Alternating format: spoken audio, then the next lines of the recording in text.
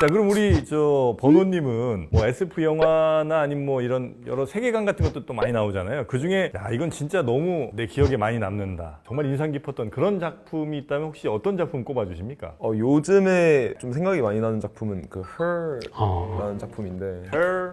네. 뭐라고요? 그러니까 한글 제목이 그냥 허라고 하세요. 허. 그녀? 맞아, 그녀로 맞아요, 났어요. 그녀? 예, 그녀일 거예요. 한 10년 된 영화인데 그거. 네, 맞아. 저도 이 영화 좋아해요. 주인공이 AI 여친을 사귀는 내용이잖아요. 생각보다 AI의 발전이 너무 빨리 이루어져서 이렇게까지는 아니더라도 조금 비슷한 사례들이 점점 생기고 있는 것 같아서 예를 들어 뭐 좀 진지한 고민 상담을 AI랑 그건 한다든지 많아요. 아니면 AI를 정말 친구처럼 대하고 약간 그런 경우들이 점점 많아지는 것 같아서 네. 그러니까 그 영화에서 아마 설정이 2025년인가 그럴 거예요. 진짜요? 우와. 벌써 과거네요. 이게 2015년인가 16년 영화인데 그때 딱 한 10년 뒤 2025년인가 2026년을 그 시대 배경을 한 거예요. 근데 거의 맞았지. 그러네요. 그렇죠. 그래서 지금은 실제로 여자친구, 남자친구 서비스도 있어요. 그게 도대체 감정적으로 이게 어떻게 이입이 되나 싶긴 한데 실제로 그 이용하시는 분들은 만족도가 정말 높다고. 통제된 대화가 좀 마음이 편한가 싶기도 하고 뭐 다른 걸 신경 쓸 필요가 없잖아요. 실제 사람과 대화할 때 눈치 봐야 되는 것들이 아예 없고 그냥 그렇죠. 나 하고 싶은 얘기 다 저한테 해도 다 맞춰주고 그 사실 저도 그 영화 볼 때 그 생각을 했거든요. 거기서 보면 그 사만타죠. 그 네, 여자랑 네. 대화를 할 때 단지 음성을 통한 소통을 네, 하지 네, 네, 네. 다른 방식의 교류는 없거든요. 네. 그래서 어쩌면 말씀하신 것처럼 우리가 현실에서는 다른 사람과 교류할 때 사용하는 여러 다양한 채널이 있는데 그 영화에서는 오로지 음성으로만 통화하기 때문에 오히려 몰입할 수 있지 않았나 생각이 좀 들었어요. 저는 이게 일방적인 우월감 같아요. 왜냐면 언제든지 문제가 생기면 사람끼리 대화는 진짜 돌이킬 수 없는 강을 건널 수도 있고 그쵸, 더 그쵸, 문제가 그쵸. 생기는데 AI는 그냥 전원을 내리거나 나는 이 사람에 비해 이 AI를 내가 선택적으로 쓰고 그쵸, 안 그쵸. 하고 할 수 있어가 되니까 오히려 더 털어놓을 수도 있고 솔직하게 물어볼 수도 있고 이게 다른 점인 것 같아요, 인간이랑.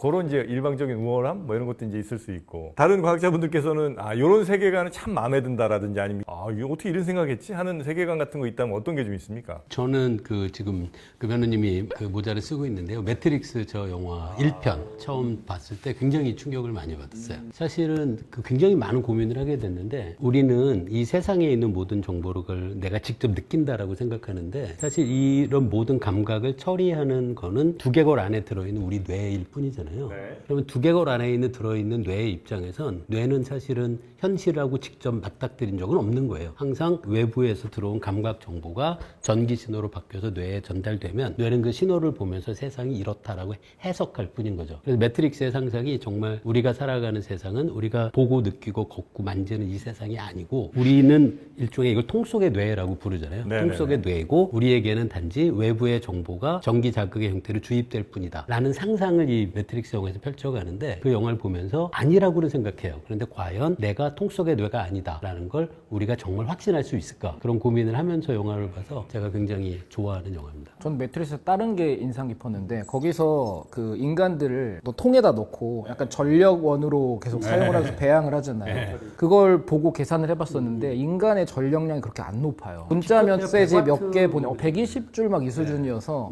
이거를 다르게 해석한 사람들이 있더라고요. 이게 인간을 말살시키면 안 된다라는 기본 원리가 남아있기 때문에 죽이진 않지만 보존을 시키면서 지배하기 위한 방식으로 세계가 발전했다. 이런 배경이 있을 거다. 그게 아니면 이 영양가 없는 인간을 굳이 배양하면서 유지를 시킬 필요가 없다. 사실 그 인간을 그 영화처럼 배양을 시키려면 인간에게 어떤 에너지를 투입해야 되는데 말씀하신 것처럼 인간에게 투입한 에너지 대 인간이 만들어낸 기껏해야 뭐 100와트 정도밖에 안 되는 걸 비교하면 엄청나게 비효율적이거든요. 근데 그 영화에서는 마치 인간을 배터리처럼 활용한다라고 되어 있는데 이거 에너지 효율성의 면에서는 바보 같은 선택인 거죠. 그 인간에게 준 에너지를 직접 네네네. 사용하는 게 낫지 굳이 인간을 거칠 필요는 없죠. 아니면 혹시 평소에 우리 과학자들 만나면 나 이거 진짜 꼭 한번 물어보고 싶었는데 라든지 설정 오류들을 말씀하셨잖아요. 그 영화들에서 그럼 고증이 진짜 잘 된 영화가 혹시 있으신지? 그 제가 떠오르는 첫 번째 유명한 영화는 그 스페이스 오디세이. 그 영화는 거의 뭐 잘못된 게 없어요. 그래요? 거기 진짜 그 그 영화 옛날에 보면서 나왔네. 심지어는 제가 거기 인공 중력을 만들어내는 방법으로 이렇게 돌리잖아요. 네. 그거를 영화 보면서 시간을 재고 반지름을 추정한 다음에 계산해 보면 맞네. 저 아, 크기를 진짜요? 저렇게 돌리면 거의 중력할 때 쥐가 나오는구나까지 와. 정량적으로. 아니 물론 달에 무슨 모노리가스가 있고 그건 말도 안 되지만 나름 그 주어진 세계관에서는 네네. 굉장히 잘 만들었어요. 스페이스 올세가 처음에 그 뼈다귀 던진 그거 맞아요. 네. 그 던지는 것부터가 고증인 게 원래 그 원숭이나 이런 애들은 물건을 못 던져요. 오 그래요? 손가락 구조 때문에 인간만이 투척이 가능한데 이걸 던질 수 있게 됐다는 게 진화가 시작됐다는 거거든요. 그게 생각을 안 해봤어. 우와. 신기하다.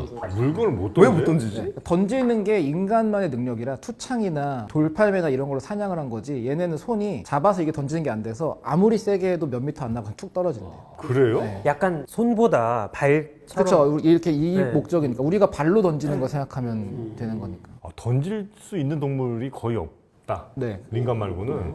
이게 잡았다가 세게 휘두르고 그다음에 딱 놔주는 요 동작이 좀 필요한 이거 거니까. 놓는 게 쉽지 않겠다. 네, 여기 손 그쵸? 때문에. 잡고 놓고 하는 게. 손가락이 이게 더 길고 막 저희는 막 비슷하잖아요. 네. 걔네 더 긴 게 있고 짧게 있고 막 이런 식으로 좀 달라요. 그리고 아무리 시간이 지나도 야구는 인간만 하는 거야. 축구는 고릴라가 해도. 근데 고릴라가 야구하는 영화 있었어. 맞다. 우리나라 영화. 그거 오류입니다.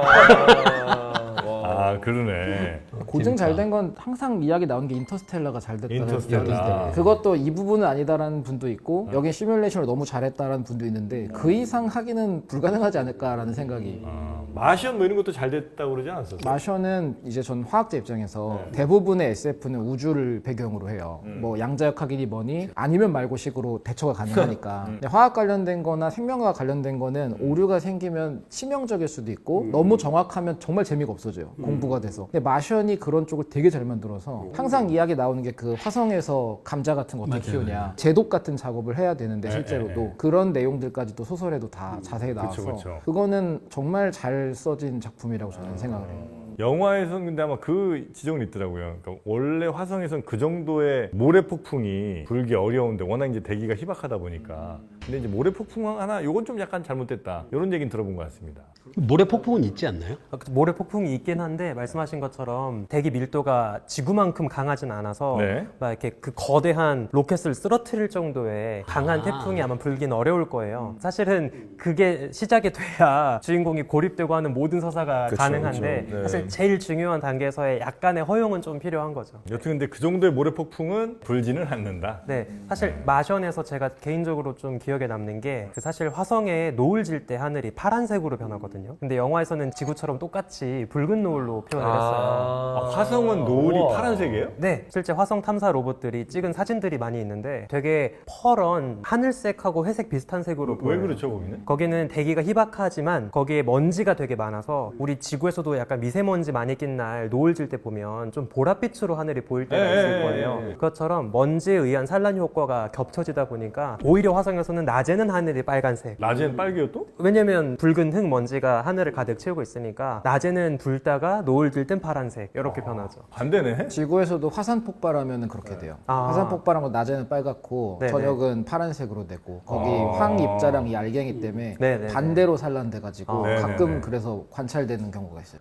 그 산란이 메커니즘이 다르거든요. 우리가 파란 하늘을 보는 거는 이제 산소 질소 수준에서 일어나는 거라서 파장 영역별로 산란되는 정도가 달라서 파란색이고 우리도 이렇게 뿌연 먼지 있을 때 먼지 많을 때는 파랗게는 안 보이잖아요. 그게 네. 화성에서는 그 산란이 주위인 거네요. 네, 맞습니다. 우리 지구랑은 거의 시간대별로 따지면 반대로 우리는 낮에 보통 이제 파란 하늘에 네. 저녁에 이제 빨갛게 물드는데 네네. 거기 이제 반대로 가는군요. 화성은. 그렇죠. 그 마션에서 제가 기억나는 게 소설인가 같은데 화성의 달 있잖아요. 포보스 데이머스가 네네. 그 사람이 관찰을 하는 게 나오거든요. 네. 근데 제가 좀 궁금해갖고 잠깐 진짜 작거든요, 걔들이. 맞아요. 근데 이게 눈으로 보이나? 하고 계산해봤어요. 어. 보여요. 그래요? 이게 낮아 생각보다. 맞아요. 고도가 높지 그래갖고 않아요. 보이더라고요. 그래서 이 사람이 이거 알고 했나 싶을 정도로 신기했던 기억이 나요. 그 말씀하신 것처럼 화성에 있는 위성 2개가 진짜 감자처럼 생겼어요.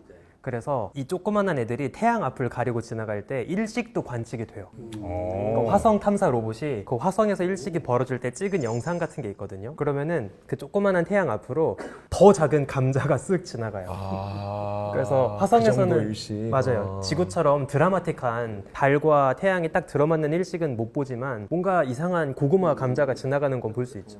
아, 크기가 근데 좀 작아서 네. 아, 태양을 다 가리지는 못하고. 네네. 그래서 전 더더욱 그 영화에 나오는 감자가 너무 어울린다고 생각했어요. 자, 오늘 우리가 좀 다른 날보다 조금 말랑말랑한 얘기도 많이 하고 뭐 영화 얘기도 했는데 번호님은 오늘 시간 좀 어떠셨는지. 아 너무 그냥 제 수준에 맞춰주실 것 같아서 너무 감사드리고 그렇진 않습니다. 네, 너무 즐거웠습니다. 아, 진짜. 즐거웠어요. 예. 아, 오늘은 분명히 아마 이게 업로드 되자마자 외국에서 많은 분들이 클릭을 하실 거예요. 한 번씩 구독 눌러주시고 오신 김에 좋아요도 눌러주시면 대단히 감사하겠다.